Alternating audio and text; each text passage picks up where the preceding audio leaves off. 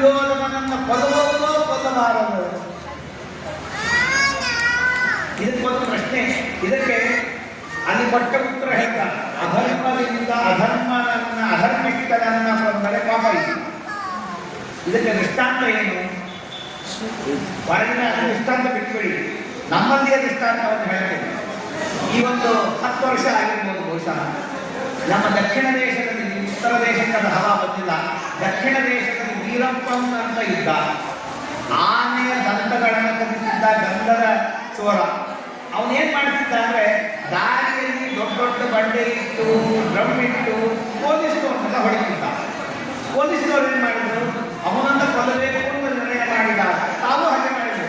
ಅವನ ಜೀಪು ಬರುವ ಕಾಲಕ್ಕೆ ಎಲ್ಲಾ ಜೀಪುಗಳಲ್ಲೂ ಅವನು ಹೋಗ್ಲಿಕ್ಕಾಗಲಿದ್ದಾಗ ಸಾಲಕ್ಕೆ ಡ್ರಮ್ಗಳನ್ನಿಟ್ಟು, ಕಲ್ಲು ಬಂಡೆಗಳನ್ನಿಟ್ಟು ಅವನ ದಾರಿ ಹೋಗ್ಲಿಕ್ಕಾಗಬೇಕಂತ ನಿಂತಾಗ ಎಲ್ಲಾ ಕಡೆಯಿಂದ ಗುಂಡು ಹೊಡೆದು ಕೊಂದು ಹಾಕಿ. ಇದನ್ನ ಜಗತ್ತಿನ ಯಾವ ಒಬ್ಬ ವ್ಯಕ್ತಿಯೂ ಅಧರ್ಮ ಅಂತ ಎತ್ತಲಿಲ್ಲ, ಮಾತಾಡಲಿಲ್ಲ.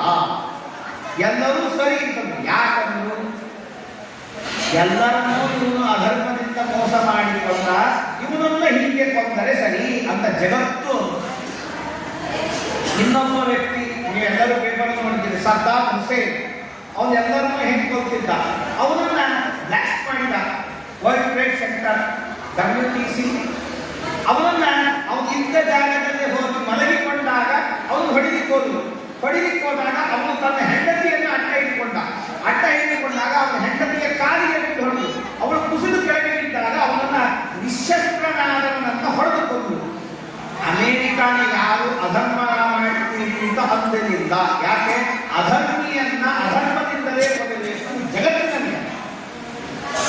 ಹಾಗಾಗಿ ದುರ್ಯೋಧನ ಮಾಡಿದಂತಹ ಅಧರ್ಮ ಏನೇನಿದೆ, ಅತ್ಯಂತ ವಿಶಿಷ್ಟೋ ದತ್ತಶ್ಚ ಗರೋ ದಾರಾಶ್ಚ ದೂಷಿತ ಕ್ಷೇತ್ರ ದೂಷಿತ ತಸ್ಯ ತೇನ ಕಿಂಫಲಂ. ಅವನನ್ನ ಅಧರ್ಮದಿಂದ ಕೊಂದರೆ ಏನು ಮಹಾಪಾಪ ಬರ್ತದೆ? ಹುಟ್ಟಿದಾಗ ಬೆಂಕಿ, ಅರಗಿನ ಮನೆಗೆ ಹಾಕಿದ, ಬೆಂಕಿ ಹಾಕಿದ, ವಿಷ ಕೊಟ್ಟ, ಅವರ ಸಂಪತ್ತನ್ನು ಅಪಹಾರ ಮಾಡಿದ, ಹಜನೆಯನ್ನು ಅವಮಾನ ಮಾಡಿದ, ಅಧರ್ಮ ಮಾಡಿದ, ಎಲ್ಲ ಮಾಡಿದ. ಇಷ್ಟೆಲ್ಲ ಅನ್ಯಾಯ ಮಾಡಿದಂತಹ ದುರ್ಯೋಧನನನ್ನ ಅನ್ಯಾಯದಿಂದ ಕೊಂದರೆ ತಪ್ಪೇನಿದೆ? ಇದು ತಪ್ಪಲ್ಲ. ಅದಕ್ಕೆ ಇಷ್ಟ ಅಂತ ಕಂಟಕೇನೇ ಇದು.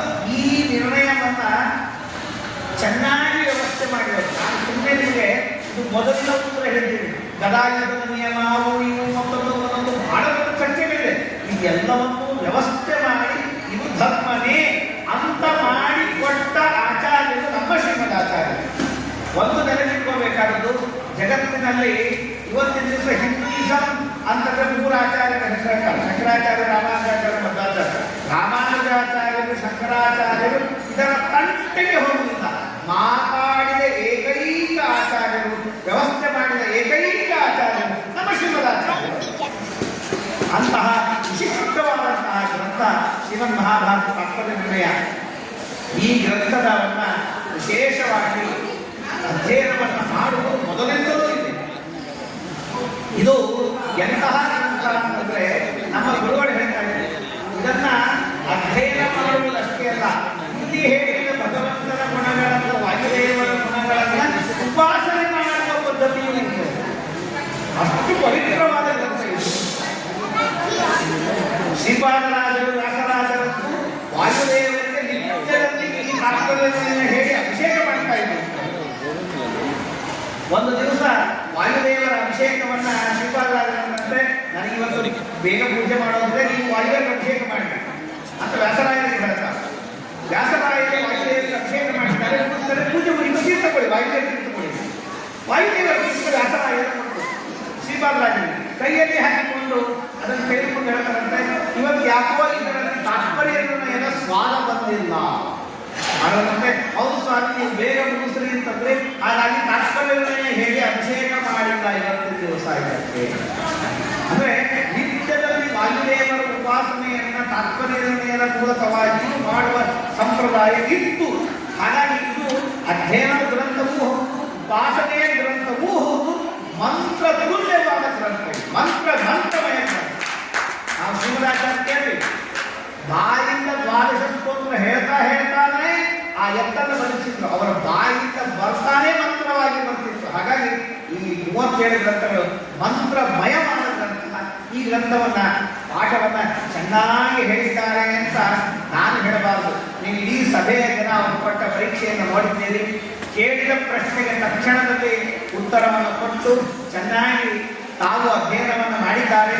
ಅದನ್ನ ಗುರುಗಳು ಹಾಗೆ ಶ್ರಮವನ್ನು ಪಟ್ಟಿದ್ದಾರೆ.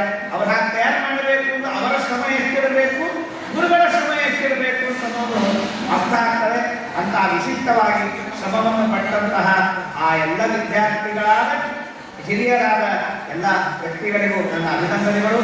ಪಾಠ ಹೇಳಿ ತಯಾರು ಮಾಡಿಸಿ ಇದನ್ನು ತಾತ್ಪರ್ಯದ ಮೇಲೆ ತಪಸ್ಸನ್ನು ಮಾಡಿದ ತಪಸ್ವಿಗಳಾದ ಪುಷ್ಕರಾಚಾರ್ಯರಿಗೆ ನನ್ನ ನಮಸ್ಕಾರಗಳು. ಇನ್ನ ಜಗತ್ತಿಗೆ ಕಣ್ಣಂತೆ ಕೊಟ್ಟಂತಹ ಗೀತಾ ಭಾಷ್ಯ, ಗೀತಾ ತಾತ್ಪರ್ಯಗಳನ್ನು ಕೊಟ್ಟಿದ್ದಾರೆ. ಅದನ್ನೂ ಚೆನ್ನಾಗಿ ತಯಾರು ಮಾಡಿದ್ದಾರೆ. ಗೀತೆ ಎಷ್ಟು ಸರಳ ಅಂತ ಜಗತ್ತಿಗೆ ಹೌದೋ ಅಷ್ಟೇ ಕಠಿಣವೂ ಹೌದು. ಅತೀ ಸರಳ ಭಾಷೆಯಲ್ಲಿ ಬರದ ಅತೀ ಕಠಿಣ ಗ್ರಂಥ ಗೀತಾ. ಅದು ತತ್ವಜ್ಞಾನಕ್ಕೆ ಕಣ್ಣಿದ್ದಂತೆ ಅದನ್ನು ಚೆನ್ನಾಗಿ ತಯಾರು ಮಾಡಿಸಿದ್ದಾರೆ. ಇಬ್ಬರಿಗೂ ನನ್ನ ನಮಸ್ಕಾರಗಳನ್ನು ಹೇಳ್ತಾ ಇದೆಲ್ಲ ಮಾತು ಹೇಳಿದ್ದಕ್ಕೆ ನನಗೆ ಅವಕಾಶವನ್ನು ಕೊಟ್ಟಂತಹ ನನ್ನ ಮಿತ್ರರಾದಂತಹ ಪುಷ್ಕರಾಚಾರ್ಯರಿಗೆ ನನ್ನ ಅನಂತ ಧನ್ಯವಾದಗಳನ್ನು ಹೇಳ್ತಾ ಎರಡು ಮಾತುಗಳನ್ನು ಮುಗಿಸ್ತೀನಿ. ಶ್ರೀಕೃಷ್ಣ.